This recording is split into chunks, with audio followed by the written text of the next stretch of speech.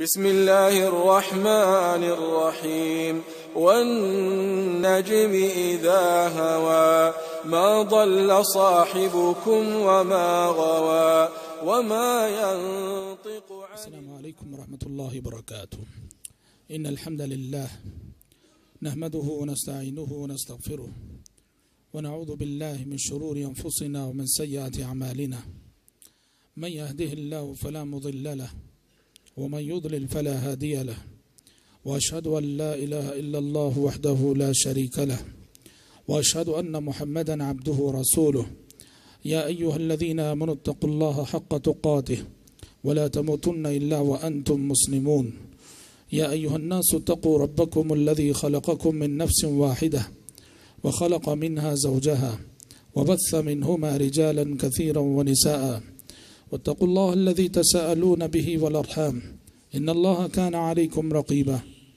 يا أيها الذين آمنوا اتقوا الله وقولوا قولا سديدا يصلح لكم أعمالكم ويغفر لكم ذنوبكم ومن يطع الله ورسوله فقد فاز فوزا عظيما. أما بعد فإن خير الحديث كتاب الله وخير الهدي هدي محمد صلى الله عليه وسلم وشر الأمور محدثاتها وكل محدثة بدعة وكل بدعة ضلالة وكل ضلالة في النار. رب اشرح لي صدري ويسر لي أمري واحلل عقدة من لساني يفقه قولي.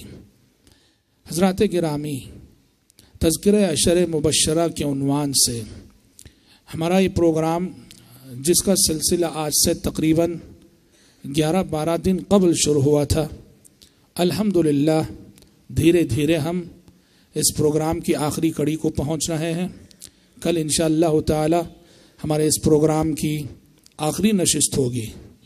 گزرے ہوئے دنوں میں ہم نے نبی کریم صلی اللہ علیہ وسلم کے ان صحابہ میں سے جنہیں دنیا میں جنت کی بشارتیں سنائی گئیں، 7 صحابہ کے حالات زندگی معلوم کیے تھے. اور آج کے درس میں 2 صحابہ کی سوانح حیات لے کر آپ کی خدمت میں حاضر ہوا ہوں. پہلے صحابی ہیں ابو عبیدہ بن جراح رضی اللہ تعالی عنہ، اور دوسرے صحابی ہیں طلحہ بن عبید اللہ رضی اللہ عنہ.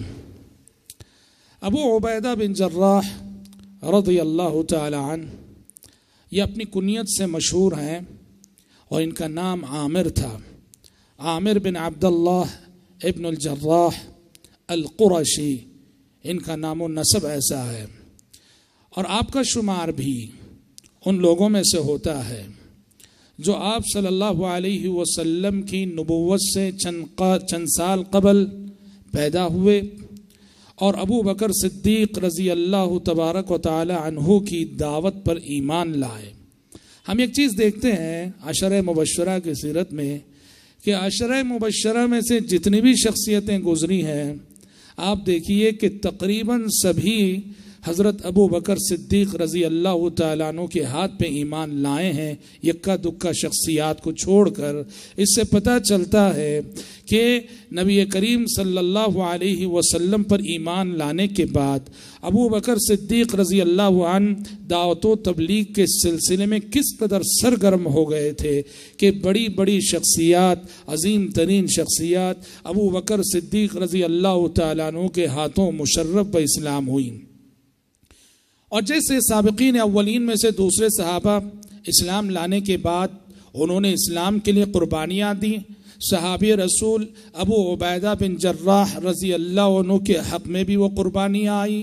چنانچہ انہوں نے اور صحابہ کی طرح سے ہجرت کا مرحلہ بھی طے کیا، جو کہ بہت بڑی آزمائش ہے، بہت بڑا امتحان ہے، اور انسان کے ایمان کی بہت بڑی آزمائش ہے. 2 ہجرتیں انہوں نے کی. حبشہ بھی گئے مکہ چھوڑ کر، اور پھر مکہ سے دوسری ہجرت انہوں نے مدینے کی سمت کی. ابو عبیدہ بن جراح رضی اللہ عنہ اور سارے صحابہ کی طرح جنگ بدر میں نبی کریم صلی اللہ علیہ وسلم کے ساتھ شریک رہے. اور جو بات قابل ذکر ہے وہ یہ ہے کہ جنگ بدر میں ان کا والد ان کا حریف تھا، باپ کافر تھا، اور یہ مسلمان تھے، اور مسلمانوں ابو عبیدہ بن جراح رضی اللہ عنہ کی تلوار کی زد میں ان کا باپ آ گیا۔ حضرت ابو عبیدہ رضی اللہ عنہ نے تھوڑی دیر تأمل نہ کیا اور اپنی تلوار سے اپنے کافر باپ کا سر قلم کر دیا۔ قرآن مجید نے فرمایا لا تجد قوما يؤمنون بالله واليوم الآخر يوادون من حاد الله ورسوله ولو كانوا آباءهم أو أبناءهم أو إخوانهم أو عشيرتهم أولئك كتب في قلوبهم الإيمان وأيدهم بروح من۔ اللہ کہتا ہے کہ جو ایمان والے ہیں، ایمان والے کبھی اللہ اور اس کے رسول کے دشمنوں سے محبت نہیں کرتے، بھلے سے ان کے باپ کیوں نہ ہو، ان کے بیٹے کیوں نہ ہو، ان کا کنبہ کیوں نہ ہو، ان کا خاندان کیوں نہ ہو، ان کے دلوں میں ایمان راسخ ہو چکا ہے اور ان کے ساتھ اللہ کی تائید ہوتی ہے، اللہ کی مدد ہوتی ہے، جس کی وجہ سے وہ ایمانی رشتے کو ہمیشہ نسبی اور خاندانی رشتوں پہ ترجیح دیتے ہیں۔ ابو عبیدہ بن جراح رضی اللہ عنہ نے جنگ بدر میں اس بات کا ثبوت دے دیا کہ میرے نزدیک اللہ اور اس کے رسول کی محبت ہر شخص کی محبت سے بڑھ کر ہے اور خاندان، رشتہ دار اور کنبے کی محبت سے بڑھ کر ہے۔ جنگ بدر میں اگر ان کا یہ کارنامہ ہے تو جنگ احد میں بھی انہوں نے سبحان اللہ کارنامہ رقم کیا ہے۔ جنگ احد میں آپ کو معلوم ہے نبی کریم صلی اللہ علیہ وسلم کو مشرکین نے ہدف بنا لیا تھا۔ مشرکین آپ صلی اللہ علیہ وسلم تیروں کی بوچھاڑ کر رہے تھے۔ آپ صلی اللہ علیہ وسلم کو نعوذ باللہ شہید کرنا ان کا ہدف ہو گیا تھا۔ اس موقع پر جن شخصیتوں نے پیارے نبی کے سامنے ڈھال بن کر کام کیا، ان میں سے ایک نمایاں نام ابو عبیدہ بن جراح رضی اللہ تعالیٰ عنہ کا بھی آتا ہے۔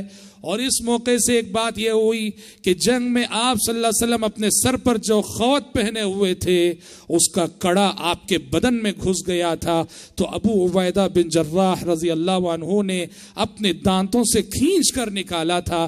نتیجے میں حضرت ابو عبیدہ کے سامنے کے 2 دانت جھڑ گئے تھے۔ اور آپ کو معلوم ہے انسان کے 2 دانت جھڑ جائیں سامنے کی شکل کتنی بدنما ہو جاتی ہے، کتنا بدشکل نظر آتا ہے۔ صحابہ فرماتے ہیں کہ پیارے نبی صلی اللہ علیہ وسلم کی بدن میں چبھے ہوئے اس خوات کے کڑے کو نکالتے ہوئے ابو عبیدہ کے 2 دانت کیا جھڑے کہ ابو عبیدہ کی شخصیت کے حسن و جمال میں نکھار آ گیا۔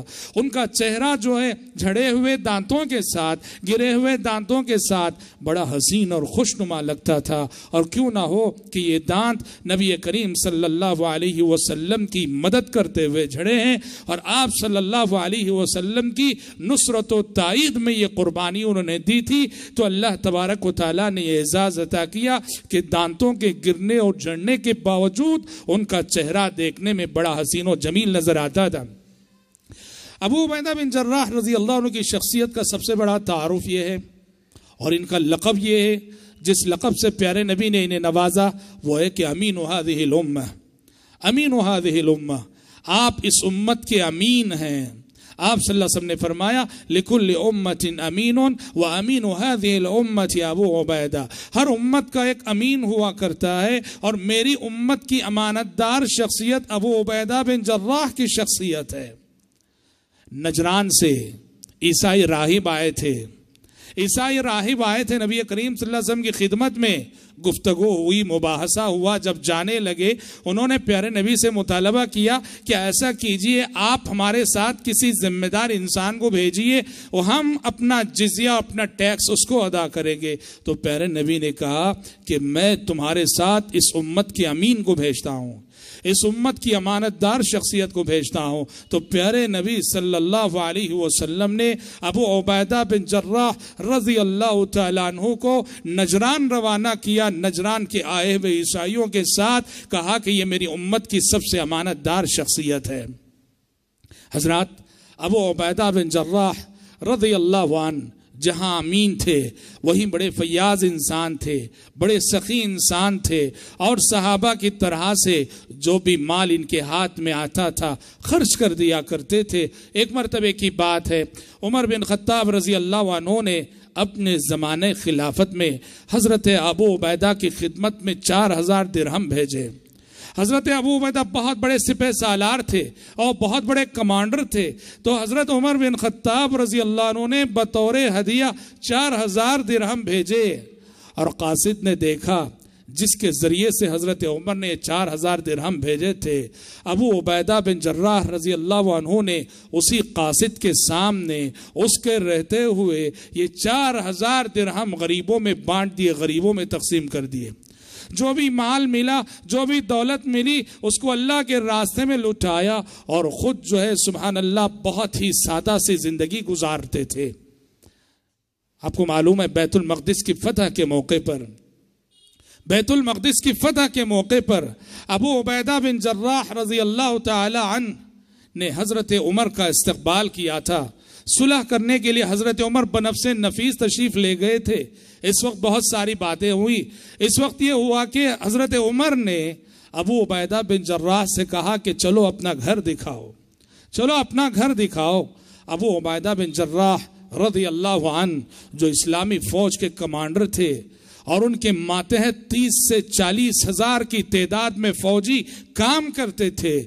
30,000 فوجیوں کا کمانڈر، 30,000 فوجیوں کا لیڈر ہے حضرت ابو عبیدہ بن جراح رضی اللہ عنہ۔ حضرت عمر کو اپنے گھر لے گئے۔ حضرت عمر نے دیکھا سادہ سا گھر ہے، سادہ سی زندگی ہے، ایک حصیر ہے اور چند ٹوٹے پھوٹے برتن ہیں۔ حضرت عمر نے کہا کہ ابو عبیدہ، کیا کل سرمایہ تمہارا اتنا ہی ہے؟ تمہارے گھر کا کل سامان اتنا ہی ہے؟ حضرت ابو عبیدہ بن جراح رضی اللہ عنہ نے کہا امیر المومنین، منزل پر پہنچنے کے لیے اتنا سامان کافی ہے، منزل پر پہنچنے کے لیے اتنا سامان کافی ہے۔ حضرت عمر رو پڑے۔ ظاہر بات ہے کون سی منزل؟ آخرت کی منزل، قبر کی منزل۔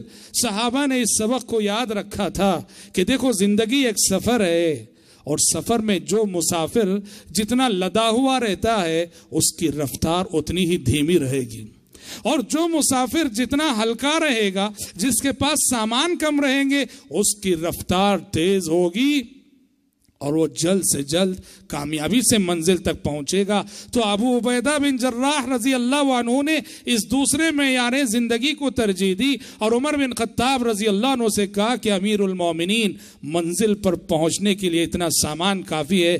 ان کے زہد کو دیکھ کر، ان کی سادگی کو دیکھ کر، ان کے تواضع کو دیکھ کر عمر بن خطاب رضی اللہ عنہ رو پڑے۔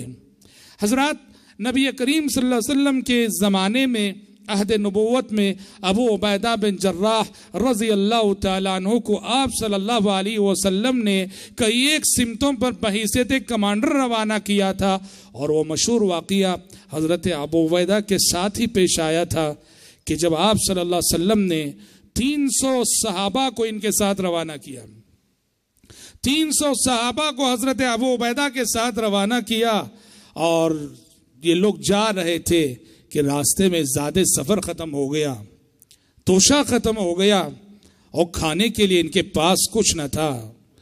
بہت پریشان ہوئے، ساحلی علاقے سے گزر رہے تھے، سمجھ میں نہیں آ رہا تھا کہ اب غذا کے لیے کیا کریں۔ سواری کے جو اونٹ تھے وہ اونٹ ذبح کرنے لگے، اور یہ بہت بڑے خطرے کی بات تھی۔ سواری کے اونٹ اگر ذبح کر دیں، دشمن کا مقابلہ کیسے کریں گے اور منزل پہ کیسے پہنچیں گے؟ مگر ذبح کیے بغیر کوئی چارہ بھی نہ تھا۔ لیکن اللہ کی مدد ایسے آئی کہ ساحلی علاقے سے گزر رہے تھے تو دیکھا کہ سمندر نے بہت بڑی مچھلی جو ہے باہر پھینک رکھی ہے، بہت بڑی مچھلی۔ ابو عبیدہ بن جراح رضی اللہ عنہ نے اپنے ساتھ موجود 300 سپاہیوں سے کہا کہ یہ دیکھو رب العالمین نے ہماری روزی کا انتظام کر دیا ہے، رب العالمین نے ہماری روزی کا انتظام کر دیا ہے۔ اس مچھلی کو 300 صحابہ کھاتے ہیں، اور ایک مرتبہ نہیں، کئی دن کھاتے ہیں، 300 لوگوں کی غذا بنتی ہے یہ مچھلی۔ اور اتنی بڑی مچھلی تھی کہ راوی حدیث کہتے ہیں کہ اس کی ایک ہڈی کو کھڑا کیا گیا تو ہم میں سے ایک شخص گھوڑے پہ بیٹھ کے گزرا تو اس کے نیچے سے آسانی سے گزر گیا، اتنی لمبی جو ہے ہڈی تھی۔ یہی مطلب اللہ تعالیٰ کے اس فرمان کا کہ رزق کا معاملہ ایسا ہے کہ رزق کے معاملے میں جس کے پاس، جس کے دل میں توکل ہو، اللہ کی مدد پر یقین ہو، اللہ کی نصرت پر یقین ہو، تو رب العالمین اس کو وہاں سے روزی دے گا جہاں سے اس کے وہم و گمان میں بھی بات نہ ہوگی۔ اللہ تعالیٰ نے کہا وَمَن يَتَّقِ اللَّهَ يَجْعَلْ لَهُ مَخْرَجًا وَمَن يَتَّقِ اللَّهَ يَجْعَلْ لَهُ مَخْرَجًا وَيَرْزُقْهُ مِنْ حَيْثُ لَا يَحْتَسِبُ۔ جو اللہ سے ڈرے، اللہ ہر مشکل سے نکلنے کا راستہ اسے فراہم کرے گا، اور وہاں سے اللہ روزی دے گا، اور وہاں سے اللہ اس کے لیے رزق کا انتظام کرے گا جہاں اس کے وہم و گمان میں بھی کبھی بات نہ آئی ہو۔ تو اللہ تعالیٰ نے اس طرح سے ان کے لیے روزی کا انتظام کیا اور رزق کا انتظام کیا۔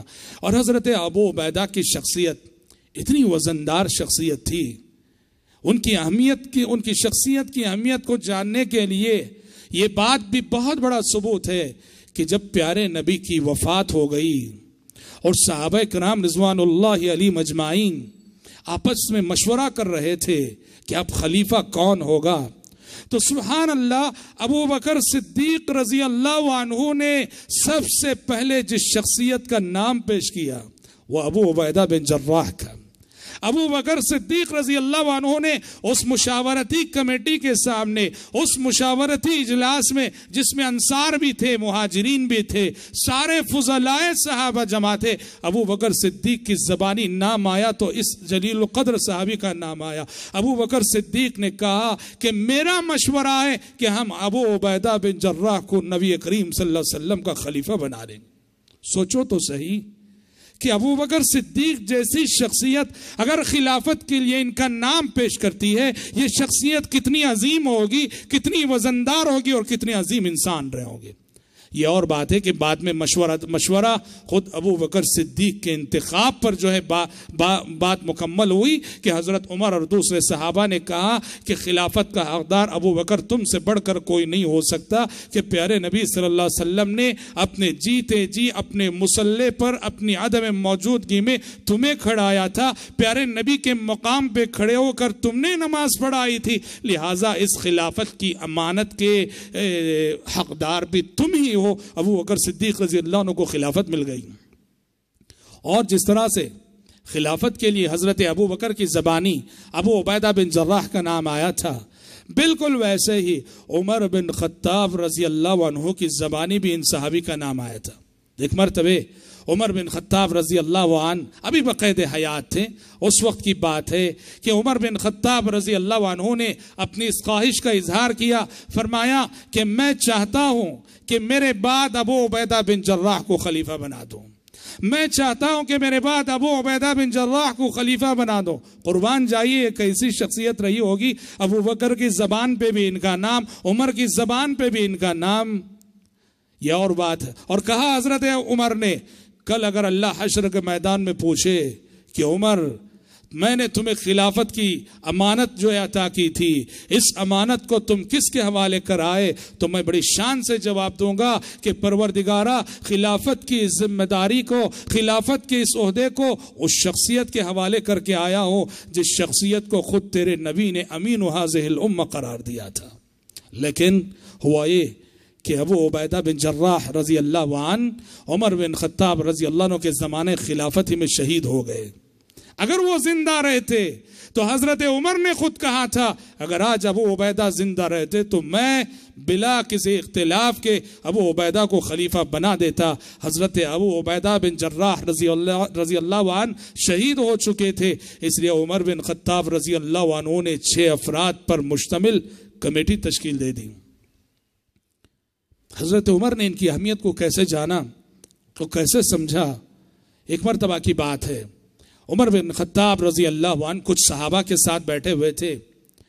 حضرت عمر نے صحابہ سے کہا تم میں سے ہر شخص بتائے کہ اس کی کیا آرزو ہے اور کیا تمنا ہے۔ کہا کہ تمہارے دل میں آرزویں ہوں گی، تمنائیں ہوں گی، میں چاہتا ہوں کہ میں تمہاری کوئی آرزو سنوں، تمہاری تمنا سنوں۔ ہر شخص بتائے کہ اس کے دل میں کیا آرزو ہے اور کیا تمنا انگڑائی لے رہی ہے۔ ایک صحابی نے کہا کہ امیر المومنین میرا دل تو یہ کہتا ہے کہ یہ جو مکان ہے جس میں ہم بیٹھے ہیں میرے پاس مکان بھر کر سونا ہو اور اتنی دولت اتنا سونا مجھے ملے اور میں اس ساری دولت کو اللہ کے راستے میں خرچ کر دوں۔ دوسرے نے کہا میری خواہش ہے کہ مکان بھر کر جو ہے مجھے ہیرے جواہرات مل جائیں اور میں ان ہیرے جواہرات کو جو ہے اللہ کے راستے میں خرچ کروں۔ جتنے لوگ تھے اپنی اپنی خواہش کا اظہار کرتے رہے۔ سب کی خواہش سننے کے بعد عمر بن خطاب رضی اللہ عنہ نے کہا لوگوں مگر میں بتاؤں کہ میری خواہش کیا ہے؟ میں بتاؤں کہ میری خواہش کیا ہے؟ میری خواہش یہ ہے کہ یہ جو مکان ہے، مکان بھر کر میرے پاس ابو عبیدہ بن جراح جیسی شخصیتیں موجود رہیں، یہ میری خواہش ہے۔ بہت بڑی بات تھی یہ، یاد رکھو حضرت عمر نے بہت بڑا درس دیا، بہت بڑا سبق دیا۔ انہوں نے کہا کہ مجھے سونا نہیں چاہیے، چاندی نہیں چاہیے، ہیرے جواہرات نہیں چاہیے، کچھ نہیں چاہیے، مجھے ابو عبیدہ بن جراح جیسی شخصیتیں چاہیے۔ بہت بڑا پیغام دیا۔ کیا پیغام؟ کہ اصل طاقت ہے افرادی طاقت۔ کسی بھی جماعت، کسی بھی جمعیت، کسی بھی تنظیم اور کسی بھی قوم اور کسی بھی اجتماعیت کی اصل طاقت باصلاحیت افراد ہوتے ہیں۔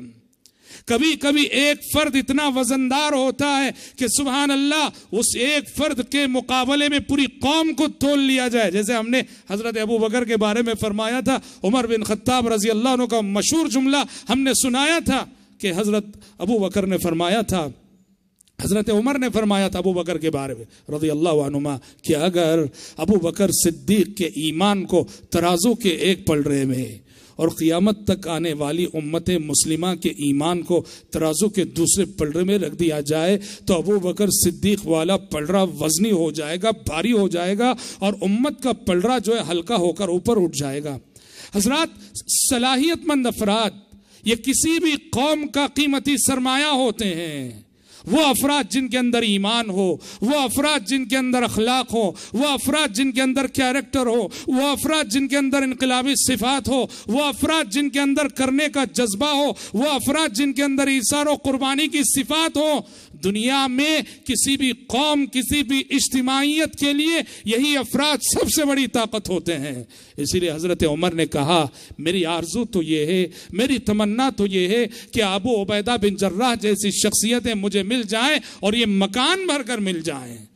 اور طبقہ صحابہ کی خصوصیت یہی ہے، طبقہ صحابہ کی خصوصیت یہی ہے کہ محمد الرسول اللہ صلی اللہ علیہ وسلم کو اللہ تعالیٰ نے ایسے افراد دیے تھے، صحابہ کی شکل میں ایسی صلاحیتیں عطا کر دی تھیں، دنیا کے کسی مذہبی رہنما کو، دنیا کے کسی لیڈر کو ایسے صلاحیت رکھنے والے افراد آج تک نہیں ملے۔ اور صحابہ کی شکل میں جس طرح باکمال شخصیات عہد نبوت میں جمع ہو گئی تھی، اتنی باکمال شخصیات تاریخ میں کبھی آپ ایک ساتھ یکجا جو ہے دکھا نہیں سکتے۔ اللہ تعالیٰ نے اپنے نبی آخری رسول حضرت محمد صلی اللہ علیہ وسلم کی تائید کے لیے، نصرت کے لیے جو بہت بڑا ہتھیار عطا کیا قرآن کے بعد، وہ ہتھیار ہے افراد، باصلاحیت افراد، باکمال افراد، غیر معمولی صفات رکھنے والے افراد۔ ابو بکر، عمر، عثمان و علی، عبد الرحمن ابن عوف، زبیر ابن عوام، سعد بن ابی وقاص و ابو عبیدہ بن جراح، طلحہ بن عبید اللہ و سعید ابن زید، ان جیسے جو صحابہ تھے یہ پیارے نبی صلی اللہ علیہ وسلم کا قیمتی سرمایہ اور اس امت کی سب سے بڑی دولت تھے۔ اسی لیے حضرت عمر نے افراد کی قیمت کو، اسی لیے کبھی ایک فرد اپنی جگہ ایک امت ہوتا ہے، یہ ایک فرد ایک امت کے برابر ہوتا ہے۔ اللہ اکبر۔ تو عمر فاروق رضی اللہ عنہ نے ابو عبیدہ کی شخصیت کو اس قدر وزندار جانا، فرمایا کہ لوگوں میری دلی آرزو اور تمنا تو یہ ہے کہ مکان بھر کر میرے پاس ابو عبیدہ بن جراح جیسی شخصیتیں میرے لیے مل جائیں۔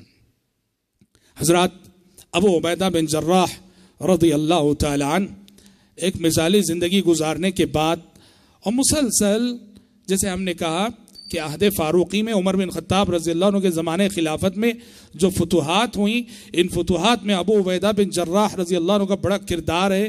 ملک پر ملک فتح کیے جا رہے تھے، شہر پر شہر فتح کیے جا رہے تھے، کامیابی سے پیش قدمی کر رہے تھے کہ بالآخر یہ ہوا کہ عہد فاروقی میں ایک بہت بڑا امتحان آیا، ایک بہت بڑا امتحان آیا۔ شام کا ایک شہر تھا جس کا نام تھا امواس۔ امواس میں پلیگ کا مرض عام ہو گیا۔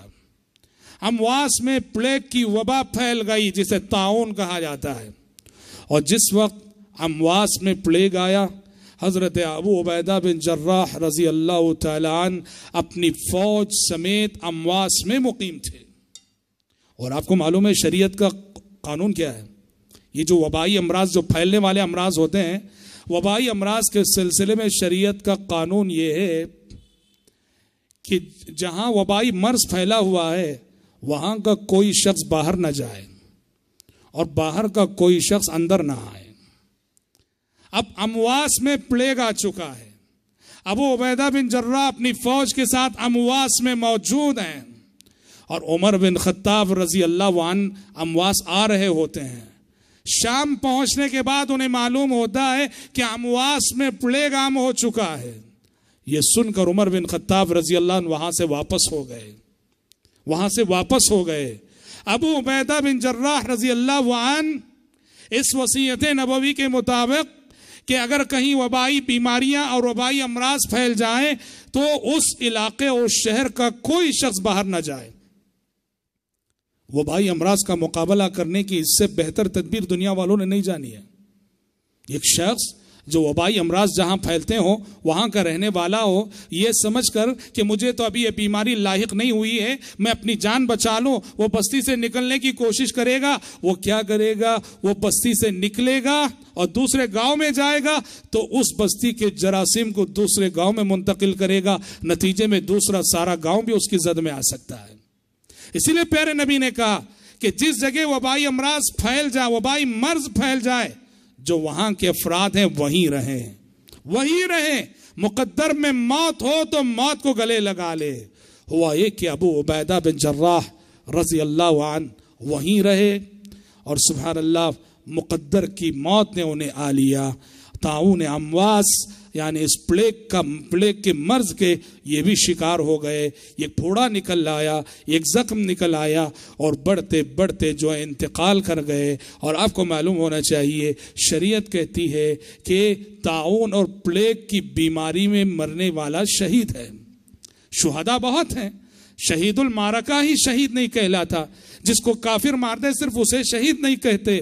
شریعت میں پیارے نبی نے کہا شہداء بہت ہیں، وہ عورت جو ڈلیوری کی تکلیف سے انتقال کر جائے شہید ہے، اور جو شخص بھی پیٹ کے درد کی تکلیف سے انتقال کرے شہید ہے۔ ویسے ہی آپ نے فرمایا جو طاعون اور پلیگ کا شکار ہو کے انتقال کرے وہ شہید ہے۔ تو ابو عبیدہ بن جراح رضی اللہ عنہ کو اس راستے سے گویا اللہ تبارک و تعالیٰ نے شہادت عطا کی، اور یہ واقعہ سن 18 ہجری کا ہے۔ اور اس طاعون امواس میں تقریباً امواس کی 25,000 شخصیتیں جو شہید ہوئی، 25,000 لوگ، جن میں صحابہ کی بڑی تعداد تھی، تابعین کی بڑی تعداد تھی۔ پتہ چلا یہ آفتیں، یہ بلائیں، یہ مصیبتیں، یہ بیماریاں ایسا نہیں کہ صرف گنہگاروں پہ آتی ہیں، گنہگاروں کو لاحق ہوتی ہیں، اللہ کے نیک بندوں پر بھی آزمائشیں آتی ہیں، اور اللہ تبارک و تعالیٰ اپنے نیک صالح اور متقی بندوں کو بھی ایسی آزمائشوں میں مبتلا کرتا ہے،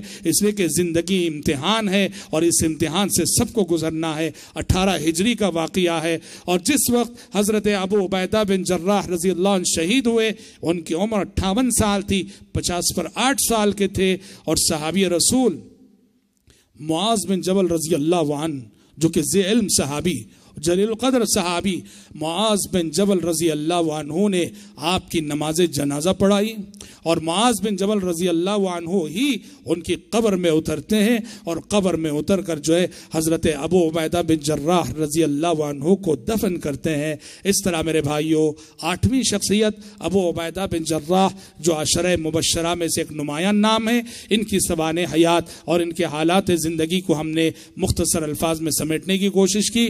9ویں شخصیت جس کا تذکرہ باقی رہ گیا عشرہ مبشرہ میں سے، یہ ہے طلحہ بن عبید اللہ۔ طلحہ بن عبید اللہ قرشی ہیں، آپ قریش کے تھے، ابو محمد آپ کی کنیت تھی، اور ہجرت سے 28 سال قبل آپ کی ولادت ہوئی۔ ہجرت مدینہ سے 28 سال قبل آپ کی ولادت ہوئی، اور اسلام لائے۔ کیسے اسلام لائے؟ یہ کہتے ہیں کہ میں تجارت کے سلسلے میں، بزنس کے سلسلے میں بصرہ گیا ہوا تھا۔ ایک شہر ہے بصرہ، یہ نبی کریم صلی اللہ علیہ وسلم کے زمانے میں نہ تھا. کوفہ اور بصرہ یہ حضرت عمر نے آباد کیا تھا, بسایا تھا. بصرہ کہتے ہیں کہ میں تجارت کے سلسلے میں بصرہ گیا ہوا تھا اور وہاں ایک عیسائی راہب سے میری ملاقات ہو گئی, عیسائی پوپ سے میری ملاقات ہو گئی. یہ سن کر کہ میں مکے سے آیا ہوں, حرم شریف سے آیا ہوں, جہاں سرزمین حرم ہے.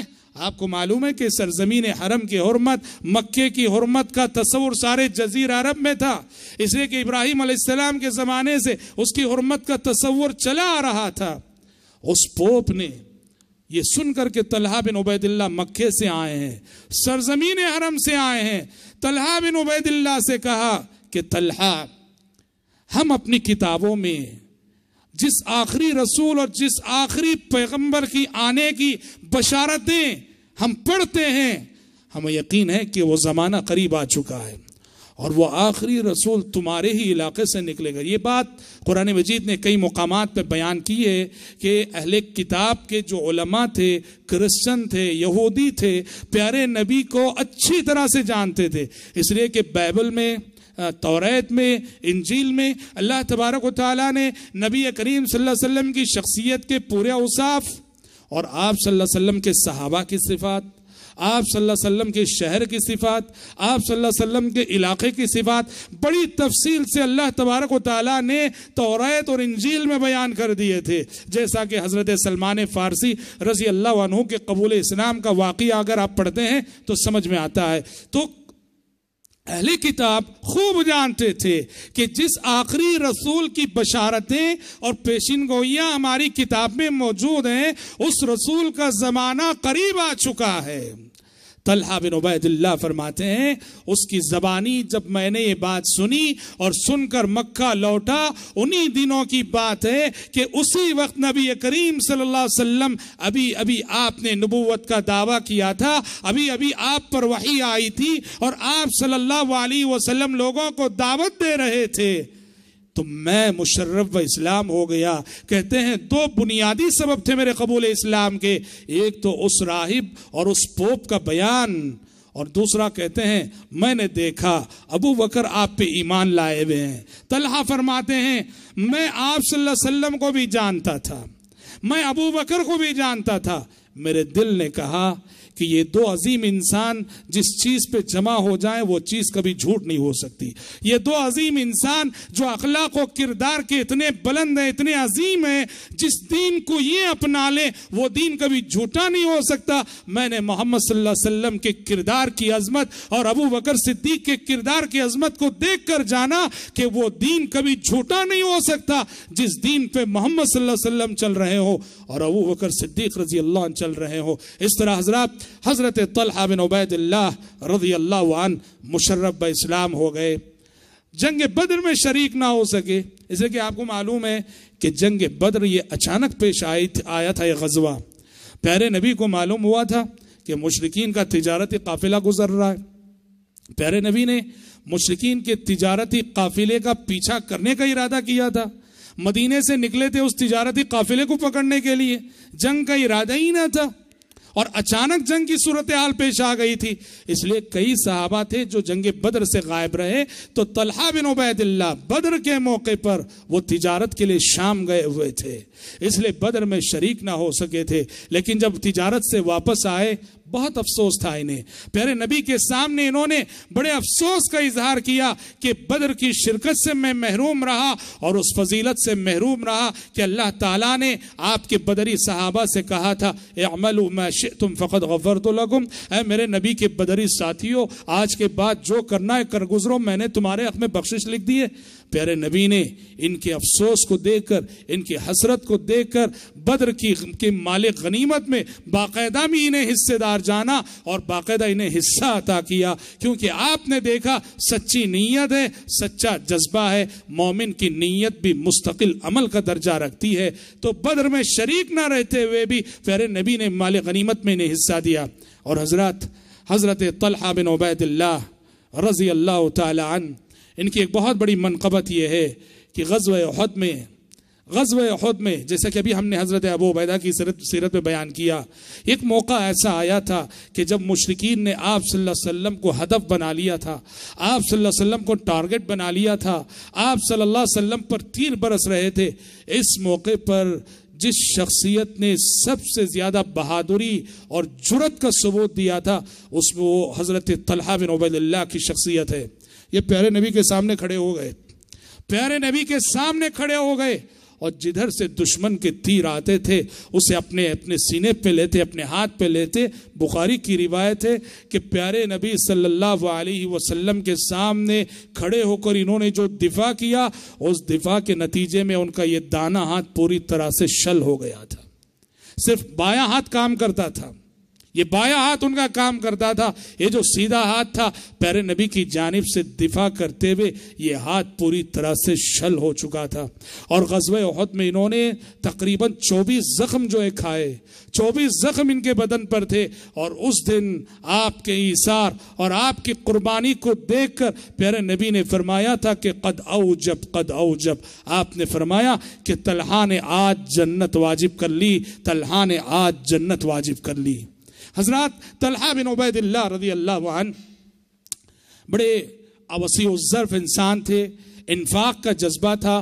خصوصیت کے ساتھ ان کے سلسلے میں آتا ہے کہ قرض دار اگر کسی کو بھی دیکھتے تو قرض دار کے دکھ درد کو بہت سمجھتے تھے، لوگوں کا قرض چکاتے تھے، احسان بھی کرتے تھے، نہ محتاجوں کو دیتے بھی تھے۔ لیکن خصوصیت کے ساتھ اگر کوئی بھی قرض دار اگر نظر آتا، اپنے پیسوں سے اللہ نے ان کو جو بھی دیا تھا اس سے قرض داروں کا قرض چکایا کرتے تھے۔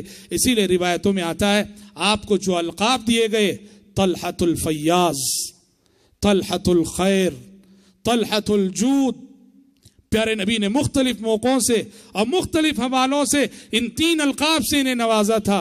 طلحۃ الخیر، یہ وہ طلحہ ہے جو سراپا خیر ہی خیر ہیں۔ طلحۃ الفیاض، یہ وہ طلحہ ہے جو بڑے فیاض ہیں۔ طلحۃ الجود، یہ وہ طلحہ ہیں جو بڑے سخی ہیں۔ تو پیارے نبی صلی اللہ علیہ وسلم نے حضرت طلحہ بن عبید اللہ رضی اللہ عنہ کی سخاوت کو بہت سراہا۔ اور آپ کو معلوم ہے کہ عہد خلافت راشدہ میں اور خصوصاً علی بن ابی طالب رضی اللہ عنہ کے زمانے خلافت میں جب جمل اور صفین کے حالات آئے، جنگ جمل میں حضرت علی رضی اللہ عنہ کے مقابلے میں جو شخصیتیں تھیں حضرت عائشہ کے ساتھ، ان میں نمایاں نام حضرت طلحہ کا آتا ہے۔ طلحہ بن عبید اللہ رضی اللہ عنہ حضرت ام المومنین عائشہ صدیقہ رضی اللہ عنہ کے ساتھ تھے، ام المومنین کی فوج میں تھے۔ اور اسی دوران لڑائی کے دوران جمل میں حضرت طلحہ بن عبید اللہ رضی اللہ عنہ کو ایک تیر آ کر لگا اور اسی میں وہ شہید ہو گئے۔ علی بن ابی طالب رضی اللہ عنہ، جیسا کہ ہم نے بارہا کہا ہے کہ صحابہ یہ لڑے نہ تھے، غلط فہمیوں کی بنیاد پر باقاعدہ صحابہ کو لڑایا گیا تھا، جیسا کہ ہم نے جمل اور صفین کے حالات پہ گفتگو کرتے ہوئے آپ کو بتایا تھا۔ یہی وجہ ہے کہ علی بن ابی طالب رضی اللہ عنہ جو کہ حضرت طلحہ کے مقابلے میں تھے، حضرت علی خود فرماتے تھے کہ قاتل طلحہ فی النار۔ حضرت علی کہتے تھے کہ جس نے بھی طلحہ کو قتل کیا ہے، جس نے بھی طلحہ کو شہید کیا ہے، جس نے طلحہ پہ تیر چلایا ہے، وہ شخص جہنمی ہے۔ اللہ اکبر۔ حالانکہ حضرت علی کے اپوزیشن تھے، وہ جمل میں حضرت علی ان کے حریف ہیں، لیکن طلحہ بن عبید جیسے کہ ہم نے کہا صحابہ مخلص تھے، وہ ایک دوسرے کی فضیلت کو جانتے تھے۔ ان کی شہادت پر آنسو بہاتے ہوئے کہا تھا قاتل طلحہ فی النار، اور ان کی لاش کو دیکھ کے حضرت علی نے کہا تھا کہ کاش کہ آج سے 20 سال پہلے میں مر گیا ہوتا، کاش کہ آج سے 20 سال پہلے میں مر گیا ہوتا۔ اور حضرت علی کہا کرتے تھے کہ وَنَزَعْنَا مَا فِي صُدُورِهِم مِّن غِلٍّ إِخْوَانًا عَلَى سُرُرٍ مُتَقَابِلِينَ۔ اللہ جنتیوں کے بارے میں کہتا ہے کہ ان کے دلوں میں جو بھی کینہ کپٹ ہوگا، ہم کینہ کپٹ سے ان کے دلوں کو پاک کر کے جنت میں انہیں اس طرح سے رکھیں گے کہ ایک دوسرے کے سامنے وہ شاداں ہوں گے، فرحاں ہوں گے، خوش ہوں گے، شاد ہوں گے، آباد ہوں گے۔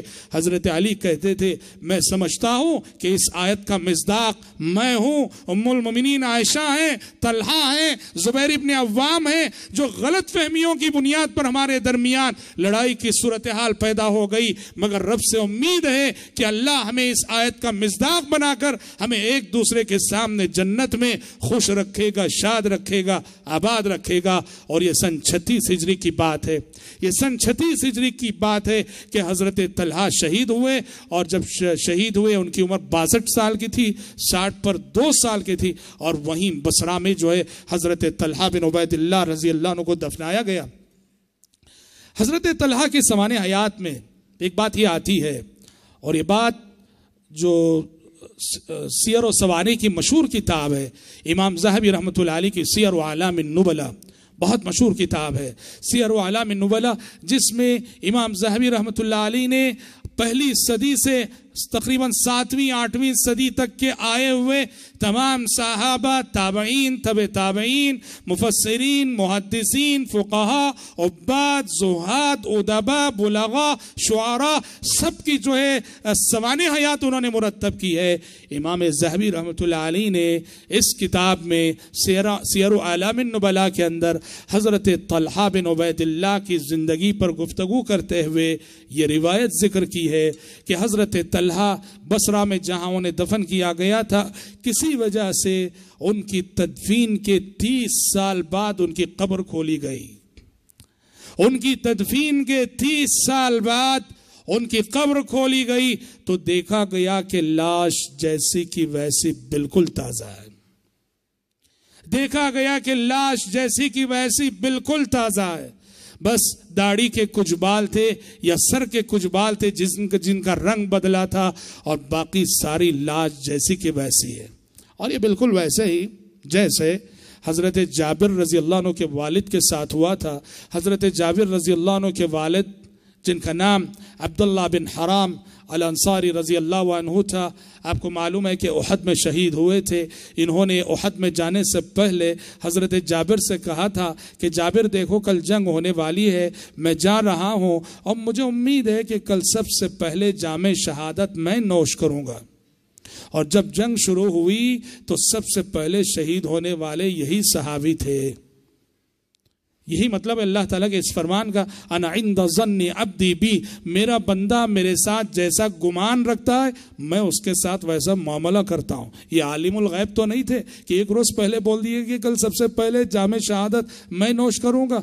ارادہ سچا تھا، عزم سچا تھا، نیت سچی تھی، اللہ تعالیٰ نے ان کی نیت پوری کی۔ بخاری شریف میں ہے کہ حضرت عبداللہ بن حرام الانصاری کو ایک اور صحابی کے ساتھ 2 صحابہ کو ملا کر ایک قبر میں دفنایا گیا تھا، اس لیے کہ 70 شہداء تھے احد میں، 70 کے لیے 70 قبروں کا کھودنا بڑا دشوار تھا، ایک ایک قبر میں 2 3 شخصیتوں کو دفنایا گیا تھا۔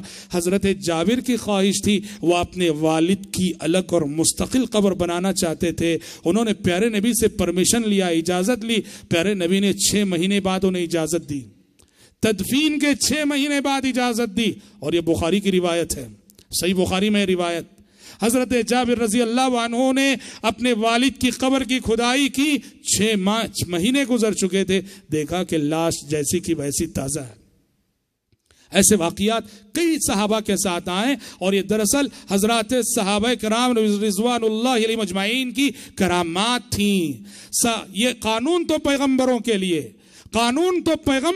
لیے ہے کہ اللہ تعالیٰ نے پیغمبروں کے جسموں کو مٹی پر حرام کر دیا ہے، مٹی پیغمبروں کے جسموں کو کھائے گی نہیں، لیکن اللہ تعالیٰ کبھی کبھار اپنے نیک بندوں کی ان کے مقام اور مرتبے کو بتانے کے لیے اپنے ان نیک بندوں کو کبھی اس طرح سے اللہ تعالیٰ یہ اعزاز عطا کرتا ہے۔ تو حضرت طلحہ کے سلسلے میں بھی بتایا جاتا ہے تدفین کے 30 سال بعد ان کی قبر کی کھدائی ہوئی تو لاش جیسی کی ویسی تازہ پائی گئی۔ اچھا، حضرت جابر کے والد 6 ماہ بعد تازہ پائے گئے اور یہ 30 سال بعد تازہ پائے گئے، اس سے یہ لازم نہیں آتا کہ اب وہ قیامت تک ویسے ہی رہیں گے، نہیں، اللہ کو اپنی قدرت کی ایک نشانی دکھانی تھی، اس نے دکھا دیا ہے۔ اس سے یہ لازم نہیں آتا کہ اب ان کی شخصیتوں کو اس کے بعد بھی مٹی نہیں کھائی، یہ لازم نہیں آتا، یاد رکھیے۔